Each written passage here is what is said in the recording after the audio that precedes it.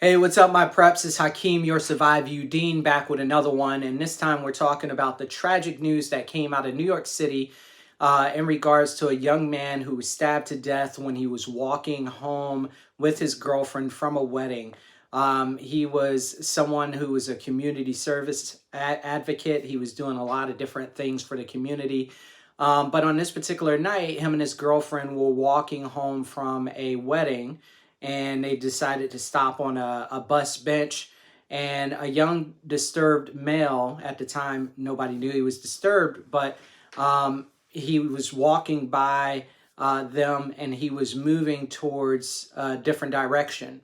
At some point, the young man and his girlfriend, who were coming from the wedding, get up and they start walking in the direction of this disturbed gentleman, who's actually now kicking a bike and having a crazy disruptive moment and causing commotion.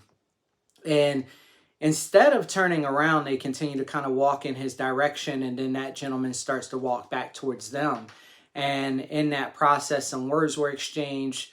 The young man, whose name now that we know is Ryan, who was stabbed to death, he actually tries to get the guy to kind of leave. He pushes him away, tries to get him away from his girlfriend.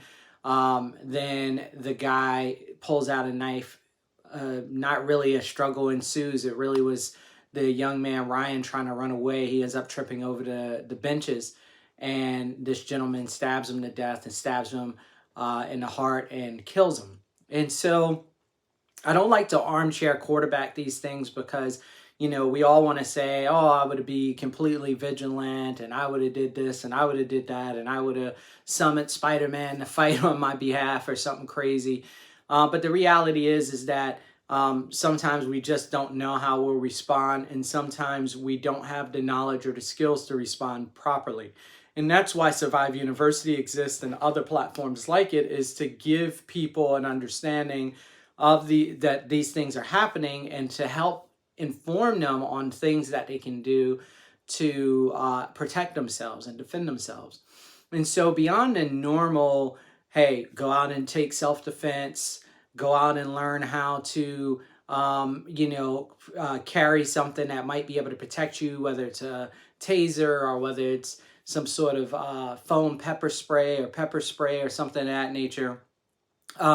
In some places, you might carry a concealed firearm, or maybe a blade of some sort. But I mean, that's up to you. And again, I can't tell you what to do. But one thing that we could all do, regardless of how we feel about self-defense, physical self-defense, is we could all learn and take lessons from this when it comes down to awareness. If you watched a video that was recorded on a closed circuit camera, it looked like, or somebody's ring, of the actual scene and what went down, you see that Ryan and his girlfriend are sitting on this bus bench, and this gentleman walks by, and he's walking very aggressively, and he seems like there's something going on. So that would have been my first cue to start saying, okay, well, something's odd here. Maybe I should start paying attention to this.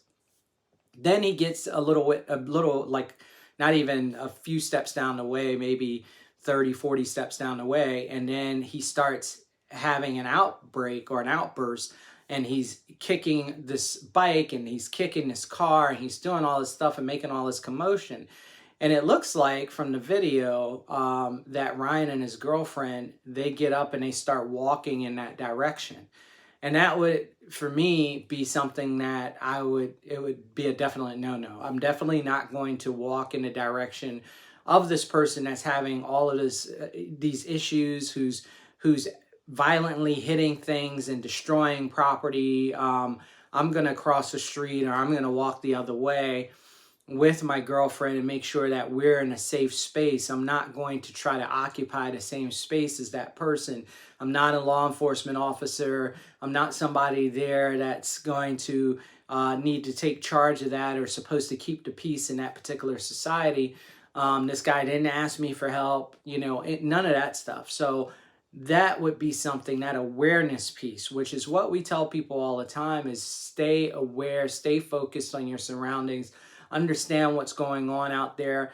We want you to be safe. We want you to be protected, but you have to start taking the initiative to stay aware of what's happening around you and come up with game plans on how you would handle certain situations, because these things happen. This young man lost his life, and it was a miracle that his girlfriend was not engaged by this gentleman with the knife. It's just a miracle, because he actually does, after he stabs Ryan a few times, and he does threaten the girlfriend with his presence and with, it looks like, words. They exchange words. He didn't actually attack her, but he could have, and that would have just been even more tragic. Now you have two people who've been brutally wounded or murdered, and in cold blood, and that's where it is. And so again, pay attention to what's happening around you, stay aware, come up with game plans and ideas on what you need to do. And even more so, our first lesson in our martial arts that I teach, ninjutsu, one of the first things I teach kids is ninja lesson number one is, wherever there's danger, I'm not there. And how do I know where there's danger? Well, I pay attention. I pay attention to the news. I pay attention to any information that's going on, what people are saying. I look on the internet. I see what areas might be dangerous. And I stay away from those areas. I stay away from that area. I stay away from certain individuals who I know might be challenges or problems. And that's step number one. Paying attention, being aware, wherever there's danger, making sure that you're not there, being away from that danger. That's step number one. Now it doesn't, it's not about my ego and me saying, well, I deserve to be able to walk on this block. I deserve to be able to occupy this space.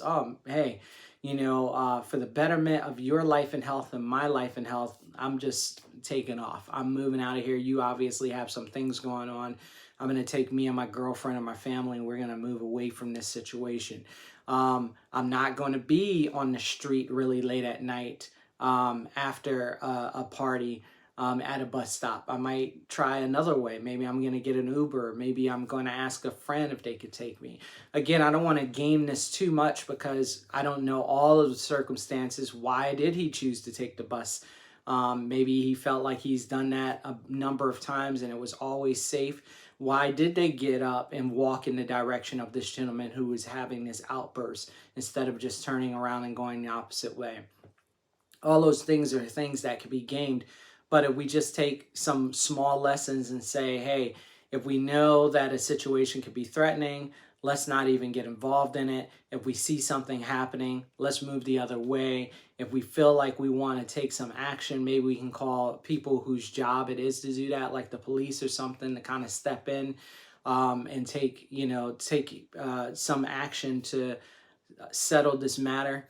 But I'm personally not going to put myself or my family's life in harm's way. We have to be very careful about that, because it sounds like with all of the information that's coming out, that this gentleman was a really great person and he was doing really good things in the world. And the world needs more people like him. But unfortunately, his life was snuffed out very early before he could do all the magnificent things in which his light and potential could bring to this world as he continued to live. And so we want to be sure that if we are these very bright beings and these really good people doing great things in the world, that we're still around. So let's take this opportunity to learn and grow from this situation. Let's pray for this man's family. Let's pray for the people that were in contact with him. And let's also take this opportunity to empower ourselves and say, okay, well, this is a lesson to me to make sure that I'm aware, to make sure that I'm paying attention, and that I keep myself in a safe space.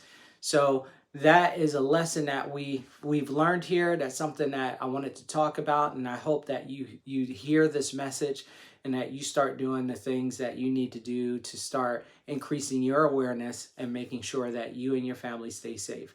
So until next time, my practitioners, I'm Hakim, your Survive University Dean, and I'll talk to you later.